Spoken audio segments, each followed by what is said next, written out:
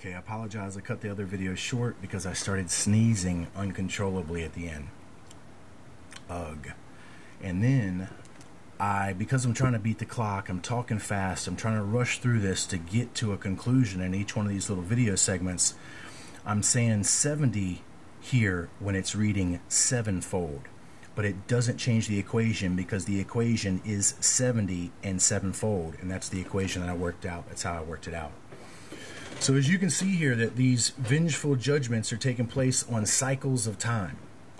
The first portion of it gives us 7 of these separate judgments. Now there's more of them, but just from this point around the Garden of Eden time period, it's going to recount 7 separate world age judgments, each equaling roughly 5,000 years.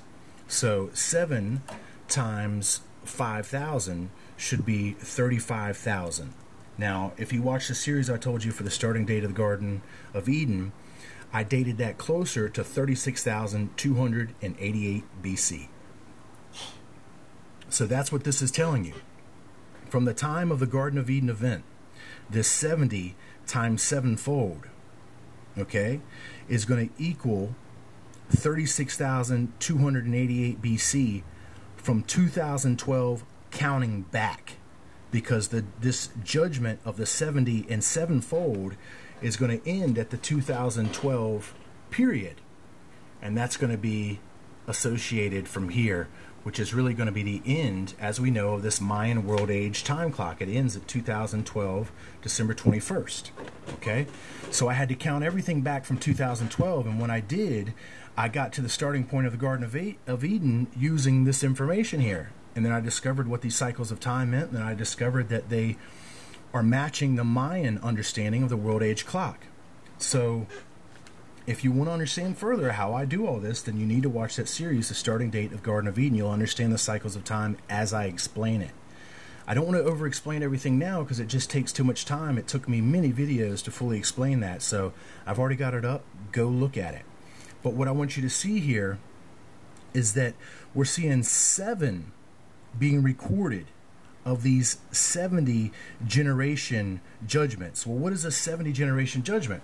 Well, a 70 generation judgment, as we know, to time it by 72, the correct interpretation of precession, because it takes 72 years for the precessional clock to change 1 degree. In other words, to reach 360 degrees of a perfect circle, it's going to take us 5,040 years in the Hebrew time clock. Okay, so that's exactly what a 70 generation period is. It's 1 world age, if we know the magic number to time it times 72. So what Genesis just told you was this.